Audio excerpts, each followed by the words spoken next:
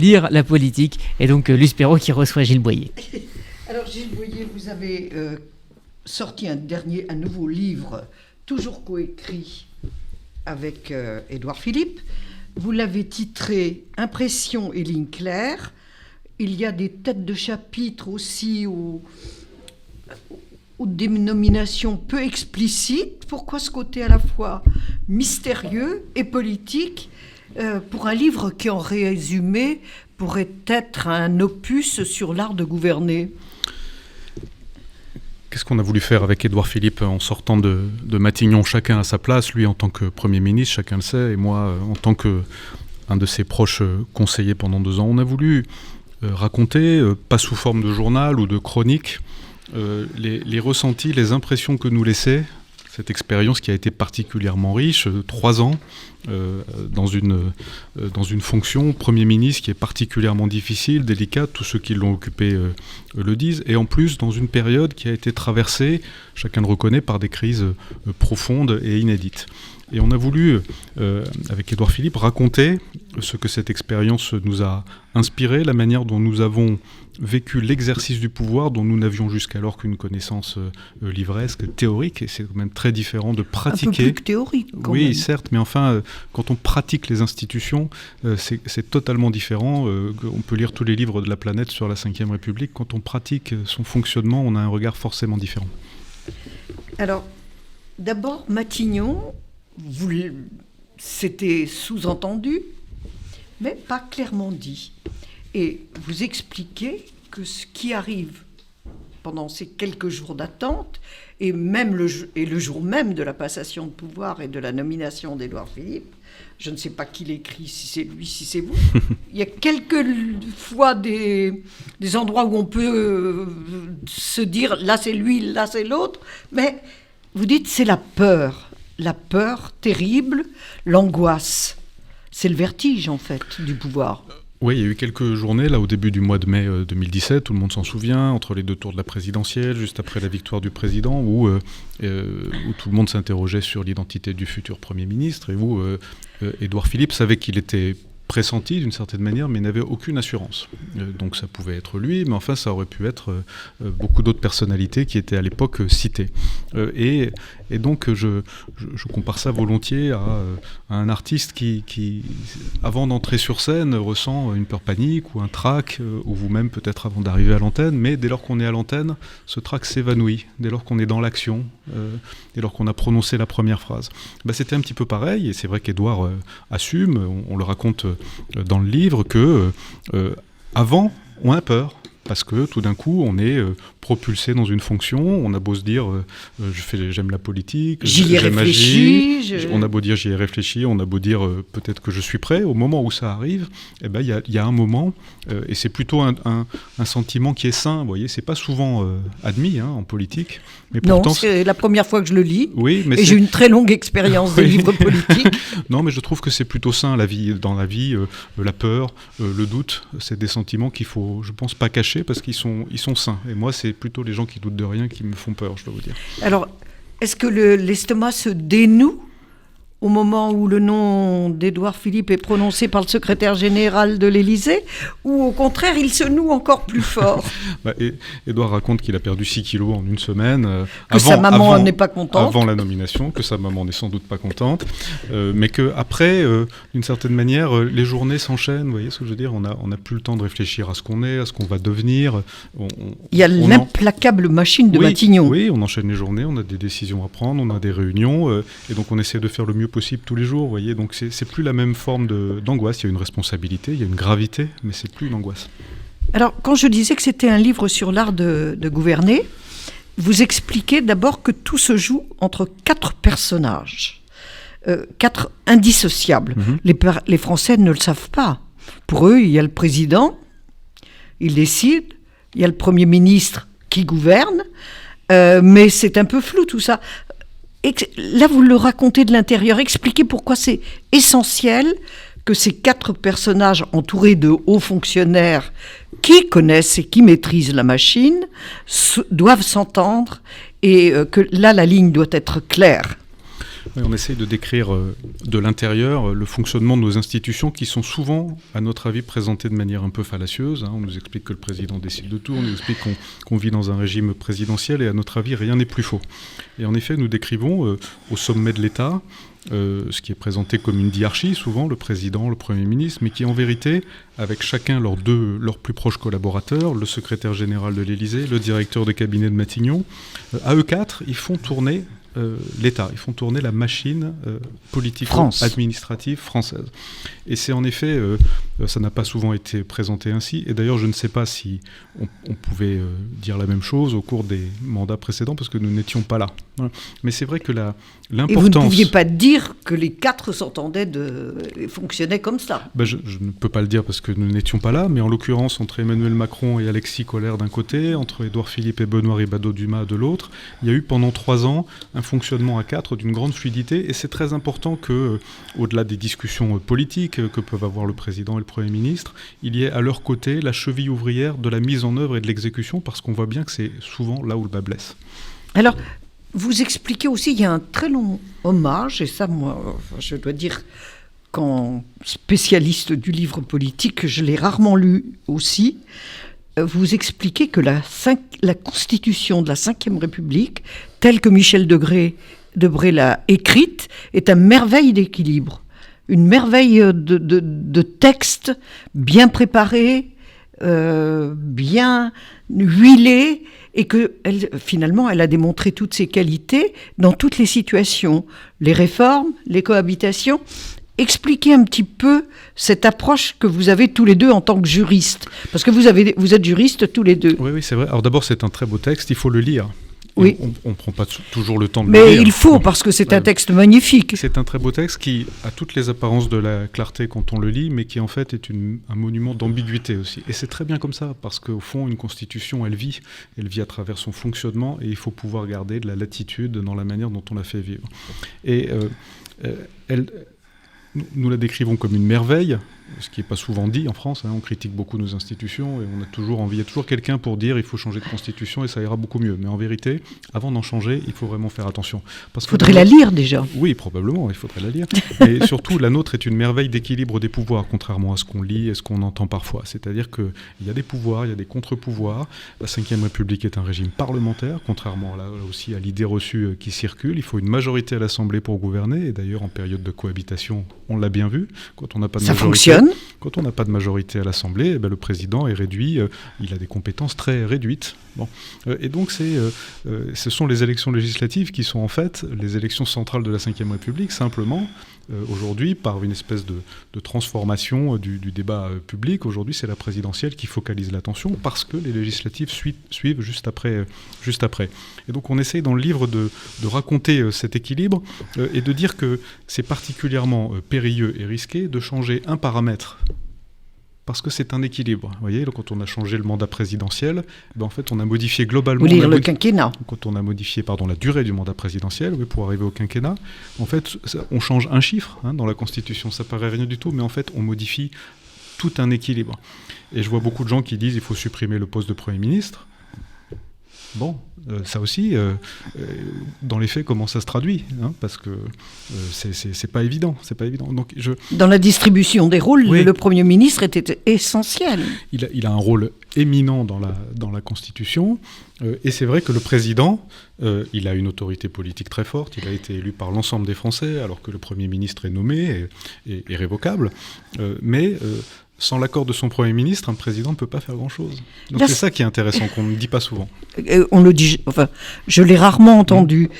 Il y a autre chose que vous soulignez quand même, c'est que le général de Gaulle a été le premier à modifier le texte de la Constitution en imposant l'élection du président de la République au suffrage universel. Et que malgré cela, le régime est resté un régime parlementaire. Expliquez-nous la nuance, parce que Michel Debré n'était pas très content de cette modification du texte, apparemment. selon l'histoire et selon ses biographes et ses mémoires. C'est ce que j'ai lu, et c'est vrai que on a beaucoup raconté que le général de Gaulle avait dit, mais après l'attentat du Petit Clamart, si je disparais, qu'est-ce qui se passe ? Il faut que le régime me survive, et pour ça, il faut que mon successeur bénéficie du suffrage de l'ensemble des Français, parce que moi, c'est différent. Et c'est vrai que c'était différent. Lui, c'est vrai que lui, c'était différent. Mais c'est vrai que l'élection au suffrage universel du président de la République, là aussi, on a modifié un paramètre du texte constitutionnel qui a modifié l'ensemble de l'équilibre de nos institutions. Alors sans doute pour le mieux, et je ne pense pas que les Français soient prêts à renoncer à l'idée d'élire leur président au suffrage universel direct, mais dans tous les régimes parlementaires qui nous entourent, beaucoup des régimes parlementaires européens, il n'y a pas de président élu au suffrage universel. Il y a soit un monarque, un roi, soit un président qui est élu par un collège de grands électeurs, comme c'était le cas en 1958, mais c'est le Premier ministre qui a l'onction populaire. Et donc c'est la singularité française. Et je dis pas que c'est mal, je dis juste qu'on est différent et que... Mais notre histoire est différente aussi. Oui, non, mais probablement, et c'est très bien comme ça. Simplement, aujourd'hui, je trouve que le débat politique se focalise beaucoup trop sur l'élection présidentielle et sur l'incarnation de ceux qui vont porter le projet, et au détriment des idées. Et d'ailleurs, notre actualité le démontre.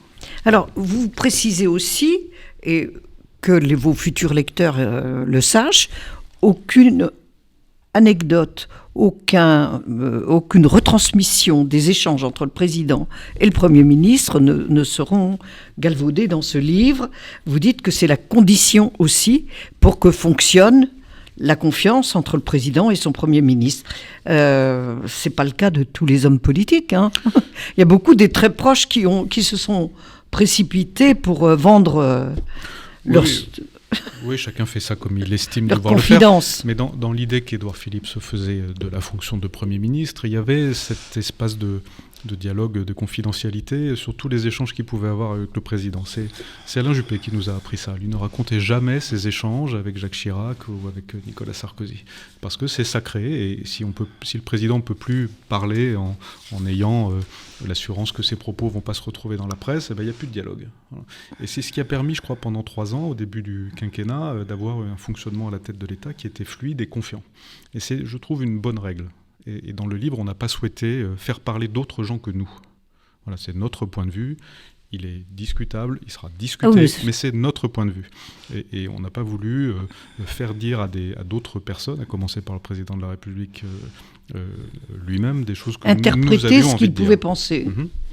Alors, vous êtes le proche confident, conseiller d'Édouard Philippe à Matignon, et ça commence quand même avec des problèmes qui traînaient depuis des années.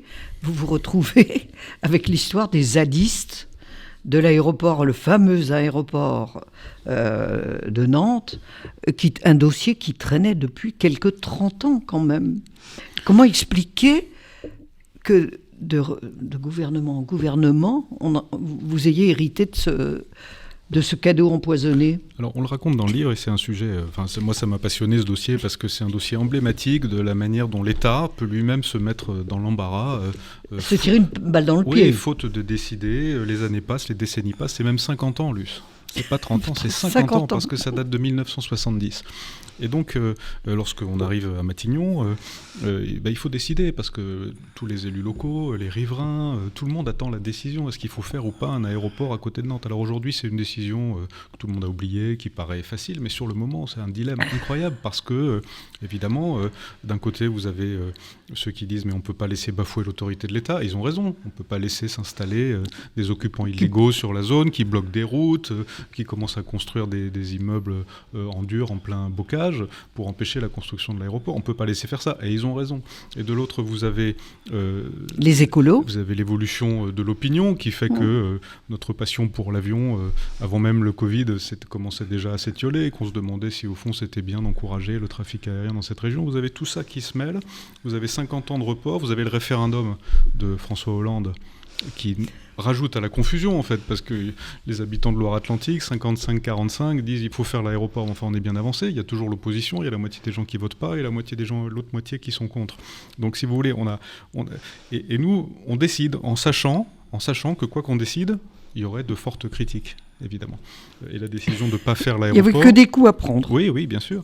Mais on a été très touchés parce qu'on s'est déplacé sur le terrain. On a vu les maires de toutes les villes concernées, le maire de Notre-Dame-des-Landes qui attend ça, le maire de la commune sur laquelle est situé aujourd'hui l'aéroport qui, lui, il voit passer des avions au-dessus de son école tous les jours. Pour lui, c'est la vie, c'est très important. Vous voyez. Et l'État a sursis à statuer pendant des années, des décennies. Et je trouve que c'est la responsabilité des politiques, à un moment donné, de décider en fonction des paramètres, sachant que parfois il n'y a que des mauvaises décisions. Alors, zadiste, oui. Ça illustre le mot même, vous qui aimez le mot juste, que ça soit devenu presque un nom propre. C'est quand même étonnant. Ça illustre ce que vous venez de dire parfaitement. Au départ, ZAD, c'est un terme du droit de l'urbanisme qui signifie zone d'aménagement différé. Donc, ça veut bien dire ce que ça veut dire. Et maintenant, c'est devenu zone à défendre.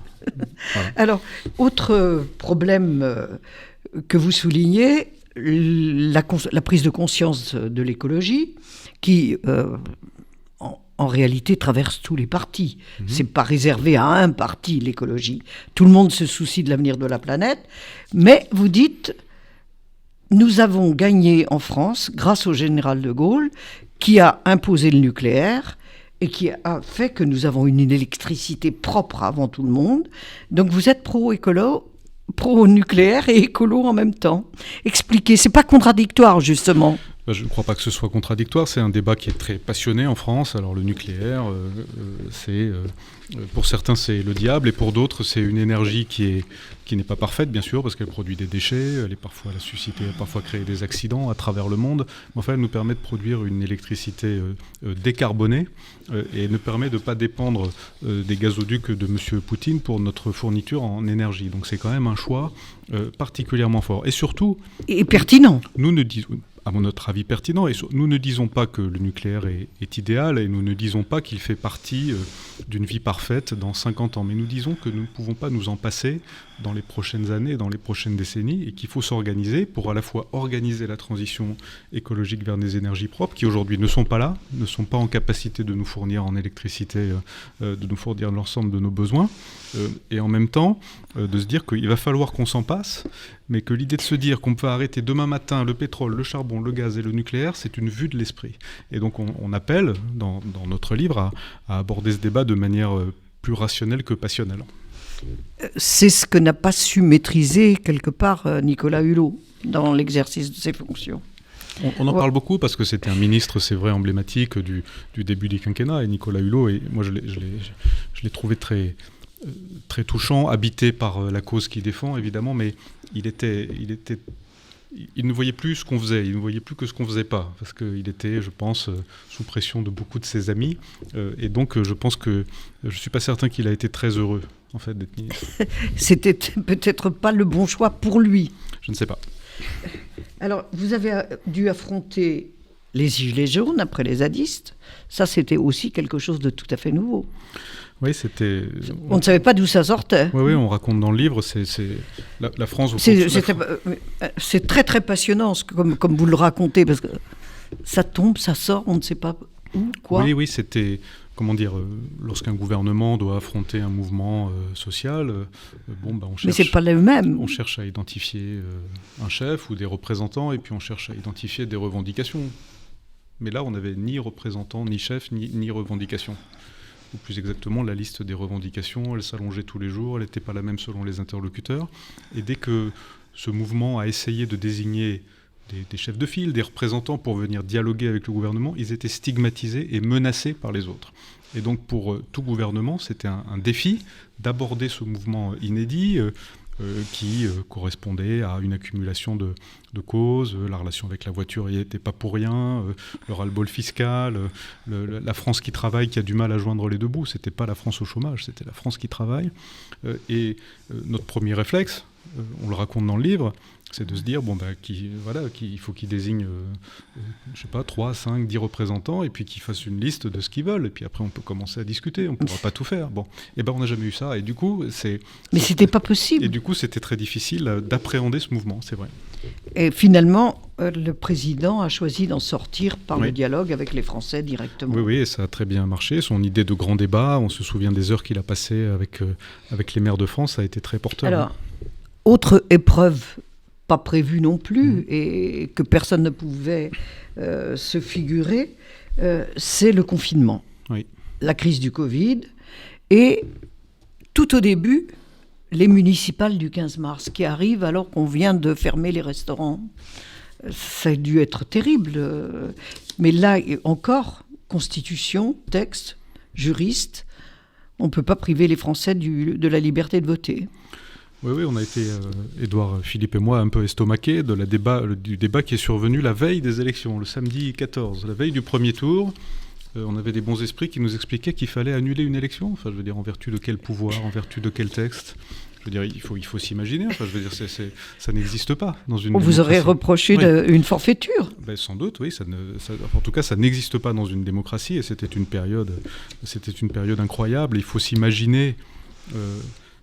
Il faut toujours l'imaginer aujourd'hui. D'ailleurs, la difficulté de diriger un pays, de prendre une décision dans des moments pareils. La décision, vous imaginez, de fermer les bars et les restaurants en France.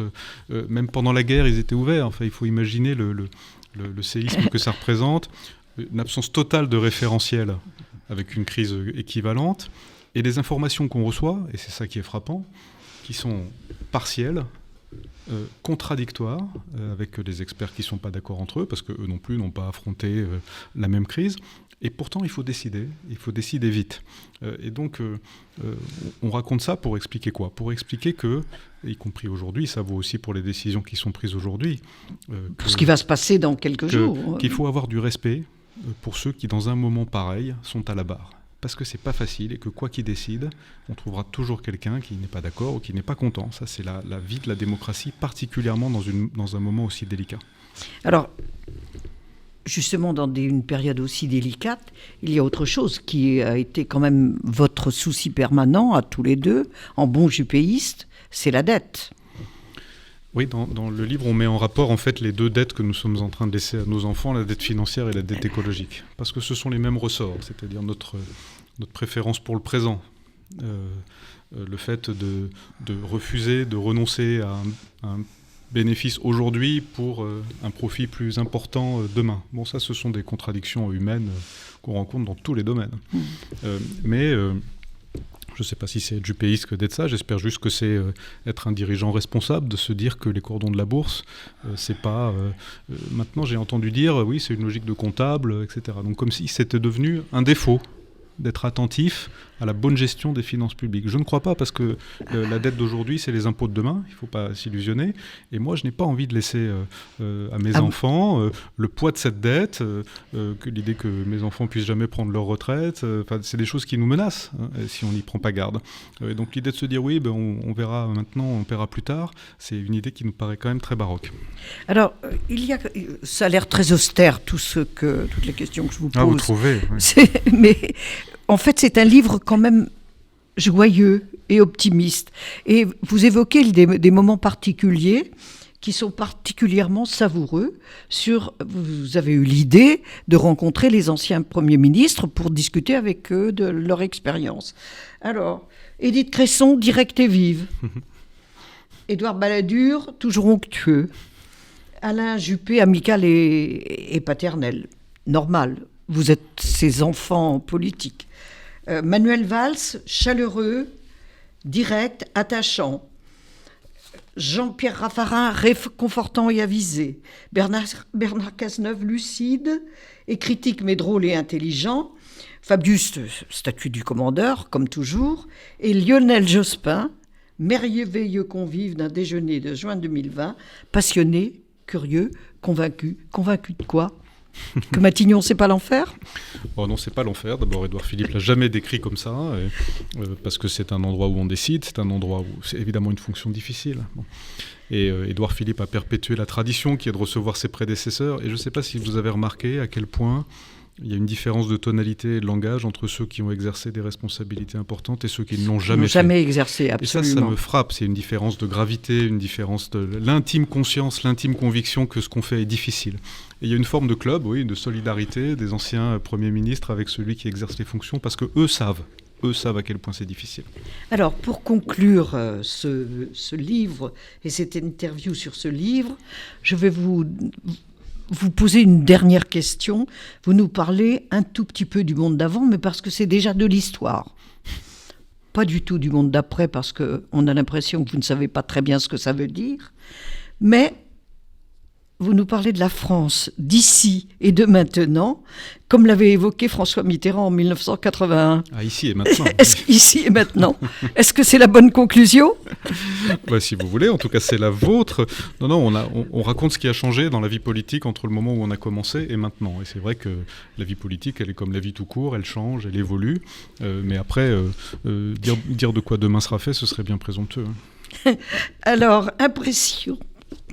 Impression et ligne claire, Édouard Philippe, Gilles Boyer, qui sont déjà co-auteurs de plusieurs livres, oui, et qui ont toujours été édités chez Lattès. Absolument. C'est à ne pas rater. N'y cherchez pas des petites histoires, mais vous y rencontrerez l'histoire des 3 dernières années.